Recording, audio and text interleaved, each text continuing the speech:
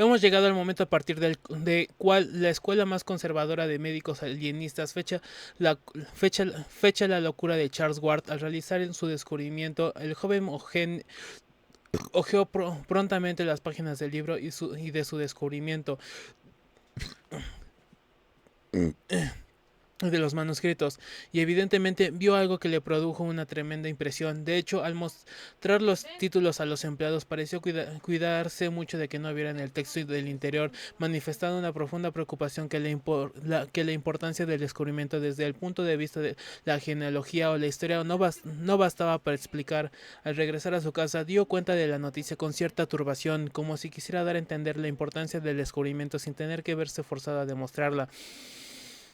Ni siquiera mostró los títulos a sus padres, se limitó a decirles que había encontrado algunos documentos de puño y letra de Joseph Curwen, la mayoría de ellos en clave, los cuales tendría que estudiar minuciosamente antes de pronunciarse acerca de su verdadero significado. Es muy probable que tampoco hubiera mostrado su descubrimiento a los obreros que levantaban el cuadro de no ser por la excitación que le embargó de ese preciso momento. Una vez hecho, es indudable que trató por todos los medios de ocultar una curiosidad que pudiera contribuir a que el asunto se comentara. Aquella noche Charles Ward no se acostó, pasó horas tras hora leyendo los documentos y el libro recién descubierto, y cuando se hizo de día continuó leyendo. Por petición suya se le enviaron las comidas a su habitación y solo salió de esta por unos momentos cuando llegaron los obreros encargados de ubicar en su estudio el panel con el retrato. A la noche siguiente durmió vestido y solo unas pocas horas en las que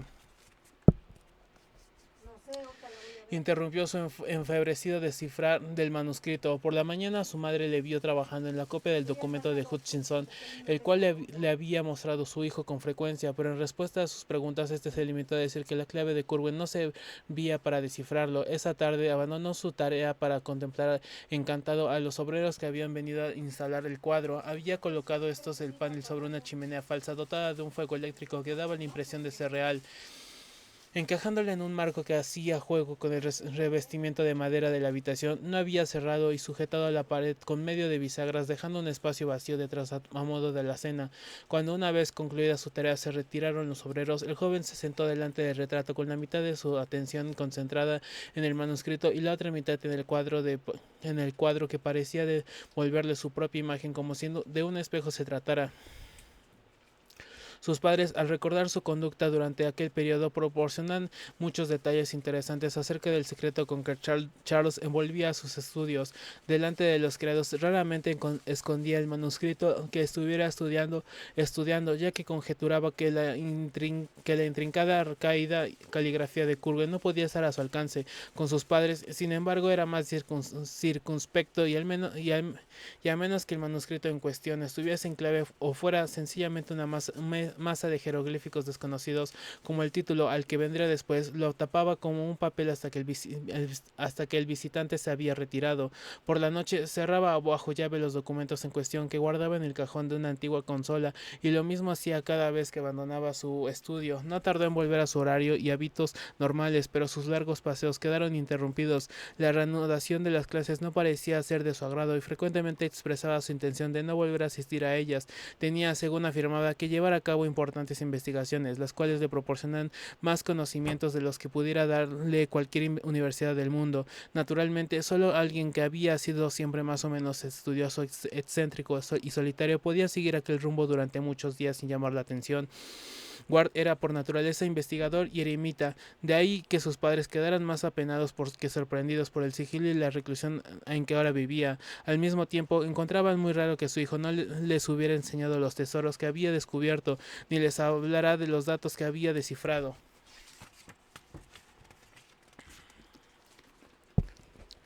El joven justificaba su silencio diciendo que deseaba esperar hasta poder enunciarlos, algo determinado, pero a medida que transcurrían las semanas fue estableciendo una especie de tirantez entre los miembros de la familia, tirantez intensificada en el caso de la madre, por una manifiesta hostilidad a todo lo relacionado con Curwen.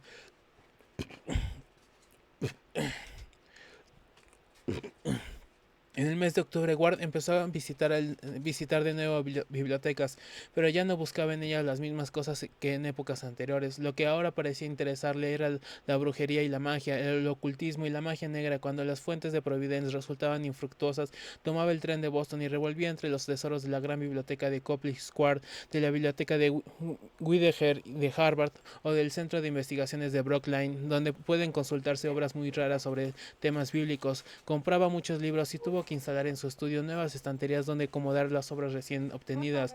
Sí, durante las vacaciones de Navidad efectuó varios viajes a ciudades de los alrededores, entre ellos uno a Salem con el fin de consultar los archivos del Instituto Essex. A mediados de enero de 1920, Ward empezó a mostrar una expresión de triunfo, al mismo tiempo que dejaba de trabajar en el manuscrito cifrado de Hutchinson para consagrarse a una doble actividad de investigaciones químicas y búsqueda en archivos, instalado para las primeras un laboratorio en el ático de su casa y concurriendo para la segunda todas las fuentes de estadísticas vitales de Providence. Los comerciantes locales especializados en drogas y suministros de tipo científico, posteriormente interrogados, dieron unas listas asombrosamente raras y variadas de las sustancias e instrumentos que compraba, pero los empleados del ayuntamiento y de diversas bibliotecas concordaron en la concerniente el objetivo concreto de su segundo interés, objetivo que consistía en la búsqueda apasionada y febril de la tumba de Joseph Curwen, de cuya lápida se había borrado prudentemente el nombre. Poco a poco la familia de Ward fue convenciéndose de que algo anormal ocurría. No era la primera vez que Charles se mostraba caprichoso y extravagante, pero sus actuales rarezas resultaban inconcebibles. Incluso tratándose de él, las tareas universitarias habían dejado de interesarle, y a pesar de que no le suspendieron en ninguna asignatura, era evidente que su antigua aplicación se había desvanecido totalmente. Ahora tenía otras preocupaciones, y cuando no se encontraba en su laboratorio con un montón de libros antiguos, principalmente de alquimia, era porque andaba rebuscando en antiguos y polvorientos archivos, o bien enfrascado en la lectura de volúmenes de ciencias ocultas. En su estudio, donde el rostro de John Curgen, portentosamente similar al suyo, le contemplaba desde una de las paredes. Al último de marzo, Ward añadió en su búsqueda en los archivos una fantástica serie de paseos por los diversos comentarios antiguos de la ciudad. La cosa apareció más tarde cuando se enteró a través de los empleados del ayuntamiento que seguramente había encontrado una pista importante. Sus pesquisas le habían permitido averiguar por una coincidencia que la tumba de Joseph Curwen estaba muy próxima a la de un tal Naphtali Field. En efecto, al examinar posteriormente los archivos que Ward había estado consultando, los investigadores encontraron algo que había escapado al deseo de suprimir todo recuerdo de Curwen, una anotación fragmentaria de la cual se afirmaba que el ataúd de plomo había sido enterrado 10 pies al sur y 5 pies al oeste de la tumba de Naphtali Field. El hecho de que no se especificara el nombre del cementerio obstaculizaba grandemente la búsqueda, y por otra parte la tumba de Naphtali Field parecía tan esquiva como la de Curwen, pero en el caso de Field no había existido ninguna eliminación sistemática de datos, por lo que era probable que su sepultura pudiera ser localizada. Y prueba de que Ward no le creía así que no lo creía así son las frecuentes visitas que realizaban a cementerios excluidos los congregacionistas, ya que había investigado que el único Naphtali Field al que podía referirse la anotación, un hombre fallecido en 1729, había sido baptista. Hacia el mes de mayo, a solicitud del señor Ward y provisto de todos los datos relacionados con Curwen que Charles había suministrado a su familia en su época normal, el doctor Willett se entrevistó con el joven. Aquella conversación no le permitió al doctor llegar a ninguna conclusión definitiva, ya que se percató prontamente de que Charles disfrutaba de una perfecta salud mental y se ocupaba de asuntos de verdadera importancia, pero al menos obligó al discreto joven a ofrecer una explicación racional de su reciente conducta. Parecía dispuesto a hablar de sus actividades, aunque no a revelar cuál fuera el objetivo de ellas. Afirmó que los documentos de su antepasado contenían algunos notables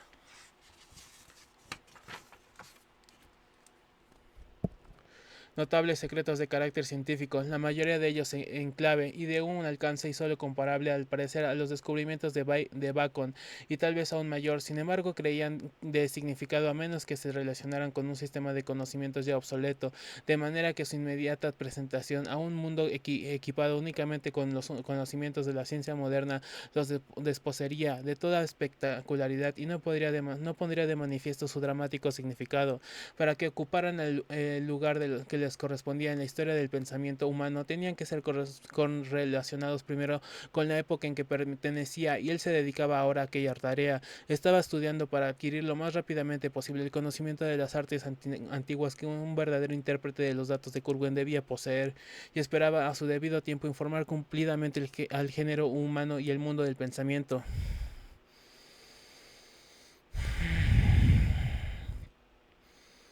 Ni siquiera Einstein declaró podía revolucionar de una manera más radical las teorías científicas en auge.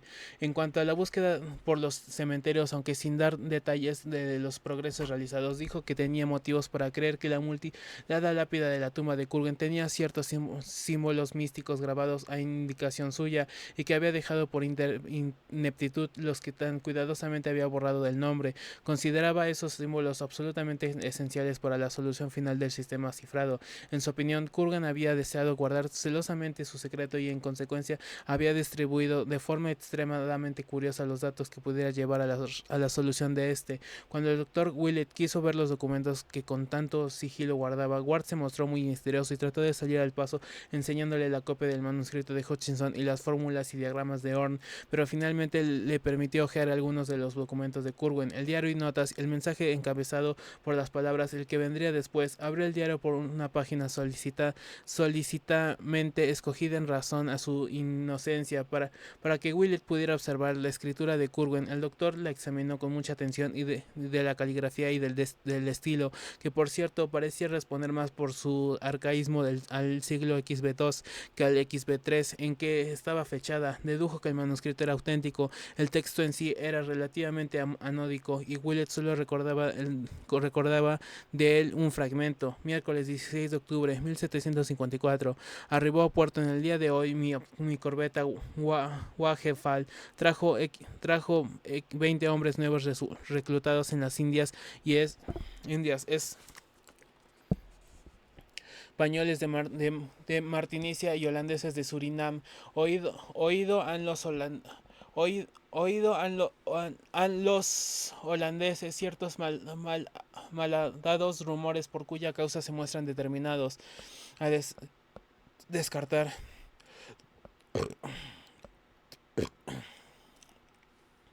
Paréceme, empero, que podré disuadirles. Trajo igualmente la corbeta por encargo de su merced el señor Dexter, 120 piezas de camelot, 100 piezas de camelotín, 20 piezas de silveriana azul, 100 piezas de chalón, 50 piezas de percal y 300 piezas de sarga. Para el señor Gren, propietario del Elefante, 50 galones de cerveza y 10 docenas de lenguas ahumadas. Para el señor Perrigot, un juego de punzones. Para el señor Dyke, 50 res más de papel de oficio de la mejor calidad. Recité yo suplidamente el Sabaot por 3 veces sin que ninguno apareciera. Escribir al señor H. de Transilvania, pues paréceme raro el extremo que no me sirva a mí lo que durante tantos años le sirviere a él. Paréceme raro también no obtener noticias de Simón como de ordinario. Ineludible es que me escriba durante las próximas semanas. Al llegar a este punto, el señor Willett volvió a la hoja, pero Ward intervino rápidamente, arrancándole casi el libro de sus manos. Lo único que pudo ver el doctor de la página siguiente fueron un par de frases, las cuales se grabaron absurdamente y de una manera obsesiva en su mente. Eran las siguientes: repetido el verso de Liber Damatus 5, noches de Viernes Santo y 4 noches de difuntos. Preseme que habrán de atraer aquel que ha de llegar para solver sus ojos al pasado, por todo lo cual debo tener dispuestas las sales o aquello con que prepararlas. Willett no vio nada más, pero aquellas líneas fueron suficientes para infundir un nuevo y vago terror relacionado con el hombre que le contemplaba desde el cuadro colgado de una de las paredes del estudio. A partir de entonces tuvo la extraña fantasía. Su profesión le imposibilitaba que pasara a ser tal, de que los ojos del retrato revelaban una especie de deseo, si no entendía concreta, o seguir al joven Ward mientras éste se movía por la habitación antes de marcharse. Se aproximó a examinar el cuadro y se maravilló del parecido que las facciones de Curwen tenían con las de Charles. Guardó en su memoria los menores detalles del pálido rostro, especialmente una leve cicatriz en la ceja derecha, y decidió que Cosmo Alexander fue un pintor digno de la Escocia que sirviera de patria a Raeburn y a un profesor digno de un maestro como Gilbert Stud, tranquilizados por el doctor en el sentido de que la salud mental de Charles no corría peligro y de que, por otra parte, se ocupaba de unas investigaciones que podían resultar de suma importancia. Los Ward se mostraron más tolerantes que de ordinario cuando en el mes de junio el joven se negó rotundamente a volver a la universidad, argumentando que debía llevar a cabo estudios mucho más importantes y expresando el deseo de hacer un viaje al extranjero a fin de obtener ciertos datos que no podía adquirir en América. El señor Ward, aunque se opuso al viaje por encontrarlo irrazonable en el caso de un muchacho que contaba solamente 18 años de edad, transigió en los concerniente a sus estudios universitarios, de manera que después de graduarse, no muy brillantemente por cierto, en las Mouse Brown School, pasó Charles 3 años dedicado a observantes estudios de ocultismo y a visitar diversos cementerios.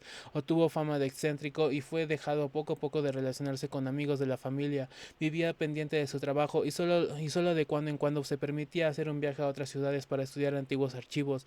En cierta ocasión hizo una visita al sur para hablar con un viejo y extraño mulato que vivía en un marjal acerca del cual un periódico había publicado un curioso artículo. Fue también a una pequeña aldea de los Adirondack para averiguar qué había de cierto en los relatos acerca de las extrañas ceremonias rituales que allí se practicaban, pero sus padres continuaron impidiéndole el ansiado viaje a Europa. En abril de 1923, al alcanzar la mayoría de edad y habiendo heredado previamente cierta suma de su abuelo materno, decidió satisfacer el deseo que hasta entonces no había podido ver cumplido. No habló del itinerario, se limitó a decir que las exigencias de sus estudios habrían de llevarla a muchos lugares y prometió escribir a sus padres de una manera regular. Al ver que no podía hacerle desistir, los Ward dejaron de oponerse al viaje y le ayudaron en todo lo que pudieron, de manera que en el mes de junio el joven embarcó para Liverpool con la bendición de sus padres, los cuales le acompañaron hasta Boston.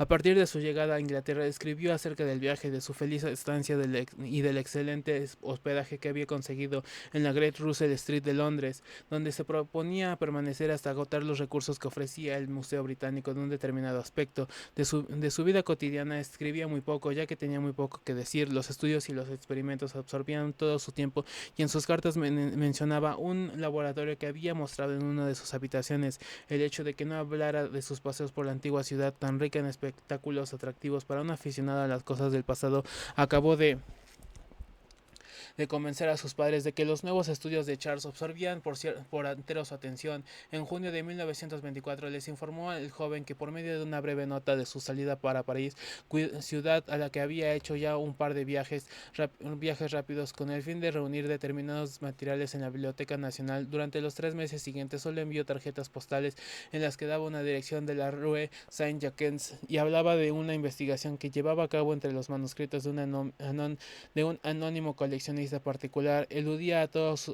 sus conocidos y ningún turista pudo decir que la había visto en Francia.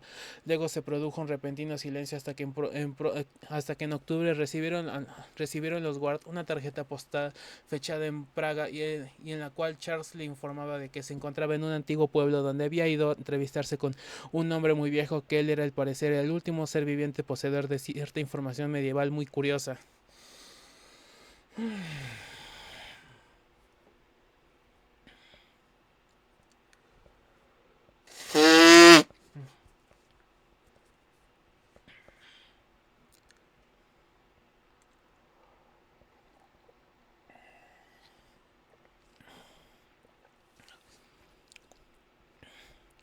Daba una dirección en el Neustadt y desde entonces no volvió a escribir hasta el mes de enero siguiente, en que envió varias postales desde Viena hablando de su paso por aquella ciudad. Caminó a una región más oriental, invitado por un amigo con el que había mantenido correspondencia y que era también seguidor de las ciencias ocultas. La siguiente tarjeta provenía de Klesenburg, Transilvania, y en ella hablaba Ward del viaje que en esos días había emprendido. Iba, en,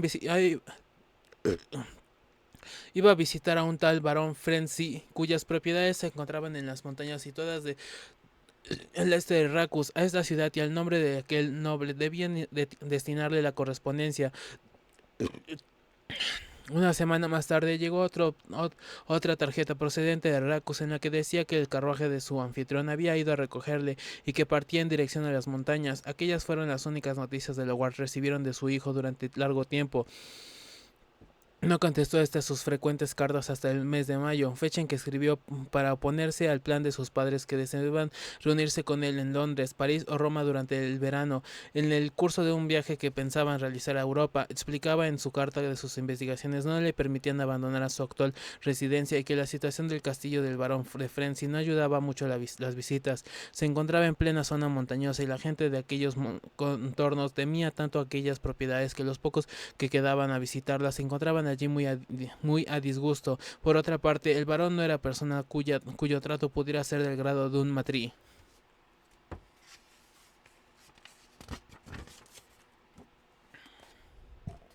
Monio, correcto y conservador de la buena sociedad de Nueva Inglaterra. Lo mejor, decía Charles, era que sus padres aguardaran hasta su regreso a Providence, el cual no tardaría en producirse. Tal regreso no tuvo lugar, sin embargo, hasta el mes de mayo de 1925, cuando tras una serie de tarjetas con membrete heráldico en que lo anunciaba, el joven llegó a Nueva York en el Homeric y recorrió en autobús la distancia que les separaba de Providence.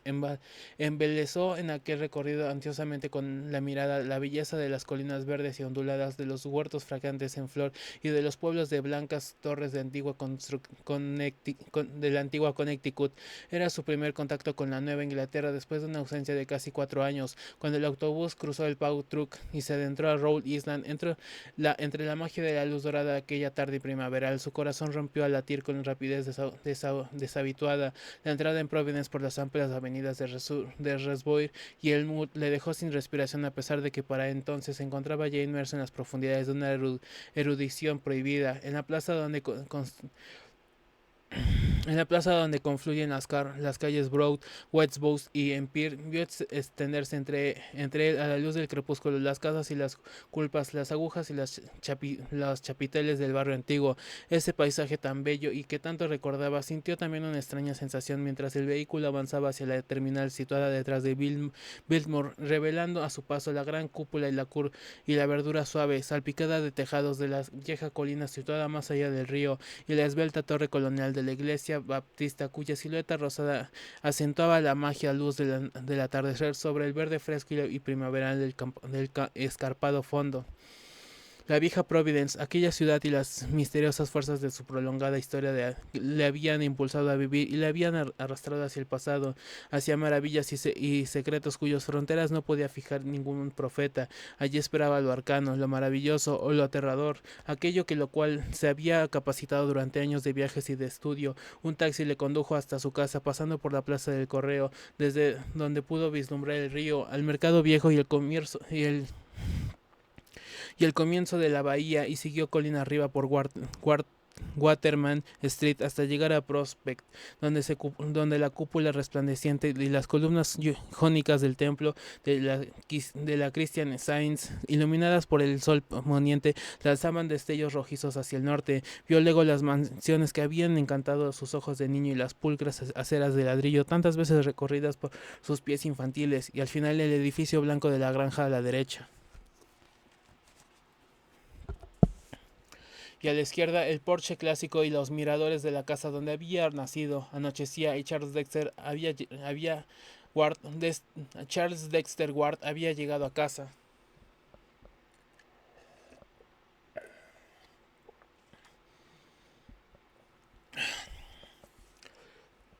Una escuela de psiquiatras algo menos conservadora que la del Dr. Lehman afirma que el origen de la locura de Ward coincide con su viaje a Europa. Creen que si bien estaba sano cuando partió, la conducta que manifestó a su regreso involucraba un cambio desastroso, pero el Dr. Willett se niega a compartir incluso este punto de vista, insistiendo en que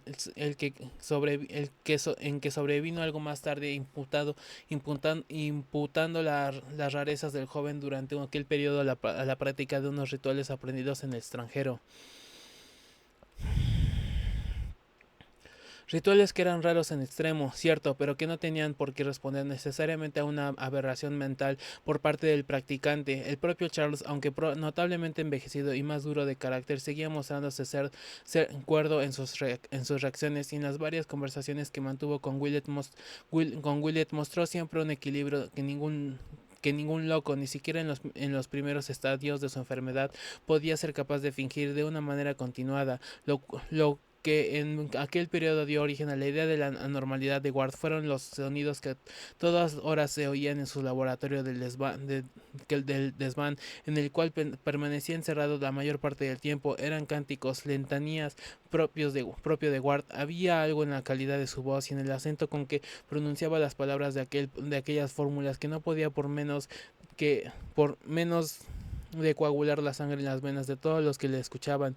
Se observó también que Nick, el mimado y venerable gato de la casa, arqueaba el lomo con los pelos erizados cuando se oían ciertas palabras. Los olores que surgían a veces del laboratorio eran también muy raros. En ocasiones ofendían el olfato, pero con más frecuencia eran aromáticos y estaban dotados de un encanto esquivo que parecía tener la virtud de inspirar imágenes fantásticas. Todo el que los percibía mostraba una tendencia inmediata a vislumbrar por un segundo espejismo momentáneos, escenas imaginadas enmarcadas con extrañas colinas o interminables avenidas de esfinges o hipogrifos que se extendía hasta el infinito. Ward no volvió más a sus paseos de otras épocas, se dedicaba exclusivamente al estudio de los misteriosos libros que había traído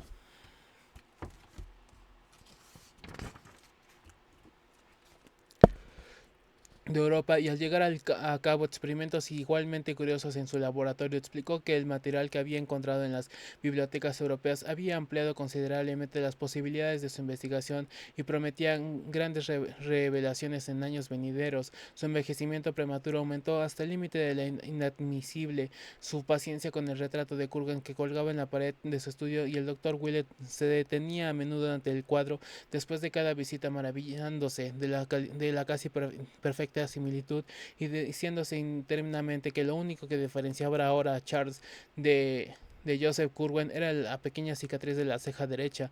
Aquellas vistas de Willett hechas a petición de los padres del joven era algo muy curioso.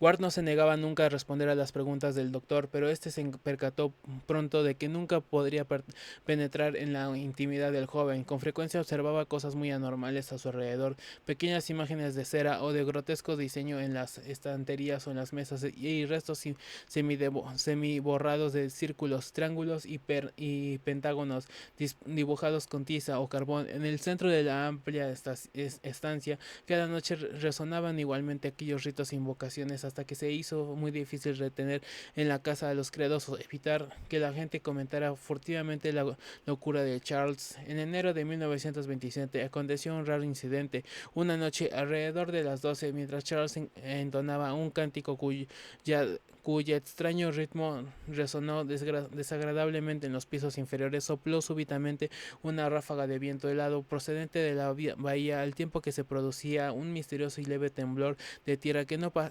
pasó desapercibido a ningún habitante de la ciudad. El gato dio muestras en aquel momento de un terror espantoso y los perros ladraron en una milla a la redonda. Aquello no fue sino el preludio de una brusca tormenta totalmente anormal en aquella época del año. Con ella se produjo tal estruendo en los altos de la casa que los padres de Charles creyeron que un rayo había alcanzado el edificio. Corrieron escaleras arriba para ver si el desván había sufrido alguna avería y se encontraron a Charles que le salió al paso en el rellano del desván, pálido, decidido y portentoso, con una temible expresión de triunfo y seriedad en el semblante. Les aseguró que no había caído rayo alguno, que la tormenta no tardaría en amainar. El señor Ward miró a través de una ventana y pudo comprobar que su hijo estaba en lo cierto. Los relámpagos centellaban cada vez más lejos en tanto que los árboles volvían a inmovilizarse tras haberse visto sacudidos por la helada ráfaga. de la ráfaga de viento. El retumbar del trueno se convirtió en un murmullo lejano y finalmente se extinguió. Salieron las estrellas y el sello del triunfo en el rostro de Charles Ward concretó una expresión muy singular. Durante un par de meses a partir de aquel incidente, Ward se recluyó en su laboratorio menos de lo acostumbrado. Mostraba, sin embargo, un curioso interés por el tiempo y continuamente hacía extrañas preguntas acerca de la época de los deshielos primaverales. Una noche de finales de marzo salió de casa después de las 12 y no regresó hasta el amanecer. Su madre, que estaba despierta, oyó el ruido del motor de un coche, reconoció también el sonido del juramento ahogados y cuando se levantó y se acercó a la ventana distinguió cuatro borrascas figuras que sacaban un cajón alargado de una camioneta y siguiendo las instrucciones de Charles lo introducían en la casa por una puerta lateral.